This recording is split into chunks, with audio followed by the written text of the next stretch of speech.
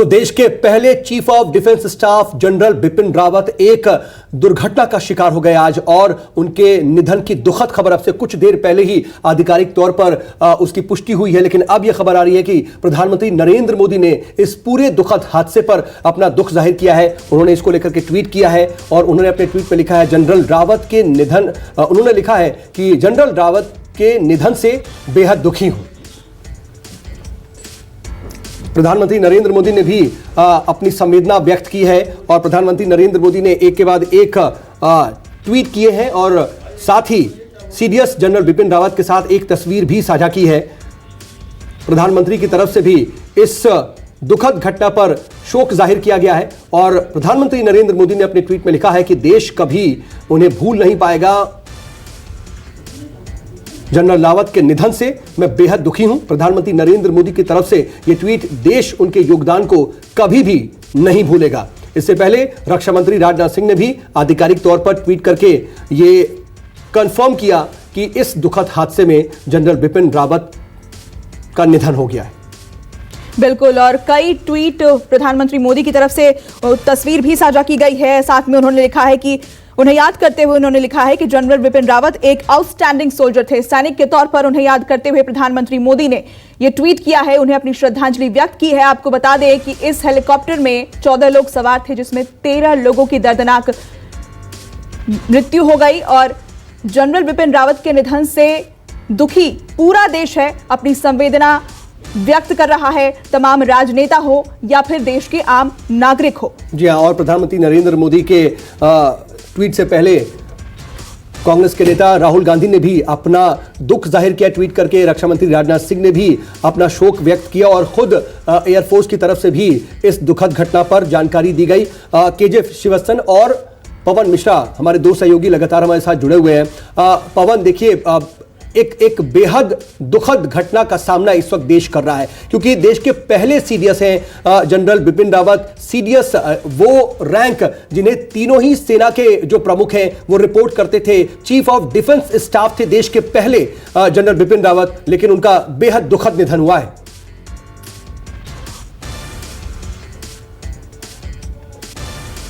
से ज़्यादा लहर है। आपको बता दें कि इस बात में जो हम लोग चर्चा जो कर रहे हैं सीडीएस में, सबसे अहम रोल था पृथ्वी सिंह चौहान के बारे में अगर थोड़ा चर्चा कर ले सऊद, क्योंकि यही पायलट हेलीकॉप्टर को उड़ा रहे थे। 109 हेलीकॉप्टर्स ग्रुप के ये विंग कमांडर थे पृथ्वी सिंह चौहान, जो कि ये बताया जा रहा है कि लगभग 20 साल का इनका अनुभव रहा है लड़ाकू पायलट उड़ाने का, और कई ऐसे ऑपरेशंस में भी पृथ्वी सिंह चौहान जो है शामिल रहे थे। और पृथ्वी सिंह चौहान ही हमेशा हर वक्त अगर बिपिन रावत जी को कहीं जाना होता था, सीडीएस को जाना होता था, यही वो फ्लाइंग करते थे। तो सवाल यहाँ पर यह है कि पृथ्वी सिंह चौहान के बारे में कहा जाता था कि सटीक जानकारी इनको रहती थी और मौसम के बारे में पहले ये पूर्वानुमान पहले लगा लिया करते थे जो पृथ्वी सिंह की आगे क्या होना नहीं होना और किस स्थिति में जो है उड़ाना है हेलीकॉप्टर्स को। तो इस पर भी एक सवाल है कि जब इतना अनुभवी पायलट जो साथ में रहा 109 हेलीकॉप्टर्स पारा ग्रुप के विंग कमांडर पृथ्वी सिंह चौहान, और उनसे कहां से चूक हो गई और कैसे जो है ये हादसा हुआ है। तो बारीकी से, जैसा हमारे सहयोगी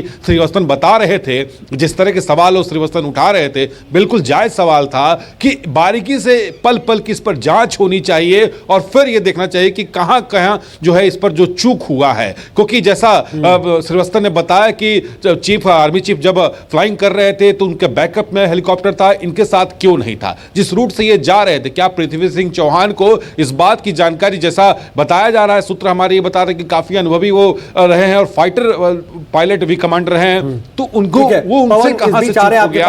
और इतना बड़ी खबर आपको बता दें, अपने दर्शकों को बता दें कि कल शाम दिल्ली में अंतिम संस्कार किया जाएगा। सभी 13 लोगों को दिल्ली लाया जाएगा। कल शाम उनका अंतिम संस्कार होगा। कल शाम दिल्ली पहुंचेगा, माफ कीजिएगा, कल शाम दिल्ली पहुंचेगा जनरल बिपिन रावत का शव और बाकी 13 लोगों को भी उनका शव भी दिल्ली लाया जाएगा। तो पार्थिव शरीर, इस हादसे में जो 13 लोग जिनका निधन हुआ है, उनका पार्थिव शरीर कल शाम दिल्ली पहुंचेगा। सभी 13 लोगों के शव को दिल्ली लाया जाएगा।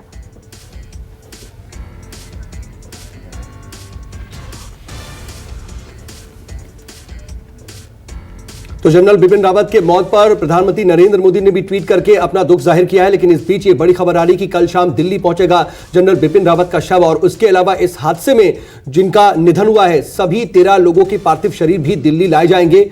और ये देखिए, ये वो तस्वीर है जिसे प्रधानमंत्री नरेंद्र मोदी ने खुद ट्वीट किया है जनरल बिपिन रावत को याद करते हुए। 1958 से लेकर के 2021 तक उनका जीवन रहा जनरल बिपिन रावत का, और प्रधानमंत्री नरेंद्र मोदी ने आपसे कुछ देर पहले ही उन्हें याद भी किया, उनके निधन पर शोक जाहिर किया। और यह वो तस्वीर है जिसे प्रधानमंत्री नरेंद्र मोदी ने ट्वीट किया जनरल बिपिन रावत को याद करते हुए। देश के 27वें सेनाध्यक्ष रह चुके हैं जनरल बिपिन रावत। 31 दिसंबर 2016 को सेनाध्यक्ष बने थे। गोरखा ब्रिगेड से निकलने वाले 5वें सेनाध्यक्ष थे, लेकिन देश के पहले सीडीएस हैं, यानी कि चीफ ऑफ डिफेंस स्टाफ देश के पहले। और हमारे सहयोगी श्रीवत्सन भी बने हुए, लगातार उनका रुख करते हैं। श्रीवत्सन, देखिए जिस तरह की बातें पवन मिश्रा ने भी बताई हमारे सहयोगी ने, कि जो पायलट थे वो काफी अनुभवी थे, और जाहिर तौर पर ये जो हेलीकॉप्टर था ये एडवांस्ड अत्याधुनिक हेलीकॉप्टर माना जाता है, और सेना के तमाम जो मूवमेंट्स होते हैं या फिर जो वीवीआईपी मूवमेंट्स होते हैं वो सब इसी हेलीकॉप्टर के जरिए होते हैं। तो हेलीकॉप्टर अत्याधुनिक था। जहां तक पायलट्स की बात है वो ट्रेंड थे, और बिल्कुल जब वो किसी ऐसे ओहदे पर बैठे व्यक्ति को लेकर उड़ान भरते हैं तो बहुत ट्रेंड प्रोफेशनल्स उसमें होते हैं। तो क्या ये माना जाए कि सिर्फ खराब मौसम की वजह से इस तरह का हादसा हो गया?